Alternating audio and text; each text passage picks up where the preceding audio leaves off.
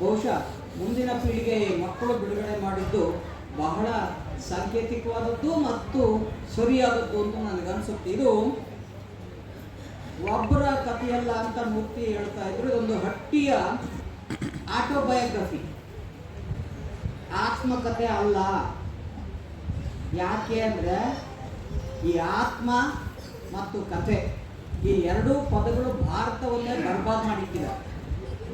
ಹಾಗಾಗಿ ಕನ್ನಡದಲ್ಲಿ ಆಟೋಬಯೋಗ್ರಫಿ ಅನ್ನೋದಕ್ಕೆ ಒಂದು ಸಮಾನವಾದ ಬೇರೆ ಪದ ಹುಡುಕೋಣ. ಅಲ್ಲಿವರೆಗೂ ಆಟೋಬಯೋಗ್ರಫಿ ಅನ್ನೋ ಪದನೇ ಬಳಸ್ಕೋಣ. ಯಾವ ಕಾರಣಕ್ಕೂ ಈ ಆತ್ಮವೂ ಬೇಡ, ಈ ಕಥೆಯೂ ಬೇಡ. ಯಾಕೆ ಅಂದರೆ ಇಡೀ ಭಾರತದ ಬದುಕನ್ನು ನಿಯಂತ್ರಿಸಲಿಕ್ಕೆ ಒಂದಷ್ಟು ಪುಡಿ ಕಥೆಗಳನ್ನು ಬಳಸ್ಕೊತಾ ಇದ್ದಾರೆ. ಹಾಗಾಗಿ ಅದು ನಾವು ಯಾವುದೋ ಒಂದು ಕೃತಿಯನ್ನು ಆರೋಪಿಸಿ, ಮನುಸ್ಮೃತಿಯನ್ನು ಕುರಿತು ಆರೋಪಿಸಿ ಮಾತನಾಡೋದನ್ನು ತುಂಬ ಕೇಳಿದ್ದೀವಿ.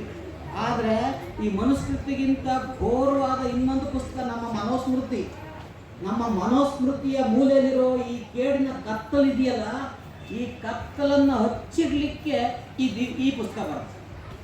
ಹಾಗಾಗಿ ಈ ಪುಸ್ತಕ ಒಂದು ರೀತಿಯಲ್ಲಿ ನಾವು ನಮ್ಮ ಮನಸ್ಸಿನಲ್ಲಿ ಮನೋಕೋಶದಲ್ಲಿರೋ ಮೂಲೆಯ ಗಂಭೀರವಾದ ಕತ್ತಲನ್ನು ನಿಭಾಯಿಸಲಿಕ್ಕೆ, ಕತ್ತಲನ್ನು ನಿರ್ವಹಿಸಲಿಕ್ಕೆ ಬಹುಶಃ ಇಂಥದ್ದೊಂದು ಪುಸ್ತಕ ಅಗತ್ಯ ಇದೆ.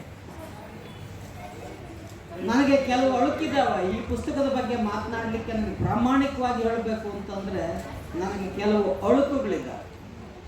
ಅದೇನು ಅಂದರೆ, ನಮ್ಮ ಈವರೆಗಿನ ಅಕ್ಷರಗಳು ಮತ್ತು ಅಕ್ಷರಗಳನ್ನು ಬಳಸಿ ನಡೆಸೋ ಓದಿನ ಹತಾರಗಳಿದ್ದಾವಲ್ಲ, ಆ ಹತಾರಗಳನ್ನು ಬಳಸಿ ಈ ಪುಸ್ತಕ ಓದೋದು ಕಷ್ಟ ಸಾಧ್ಯ ಇಲ್ಲ ಅಂತ ಅನ್ಸುತ್ತೆ.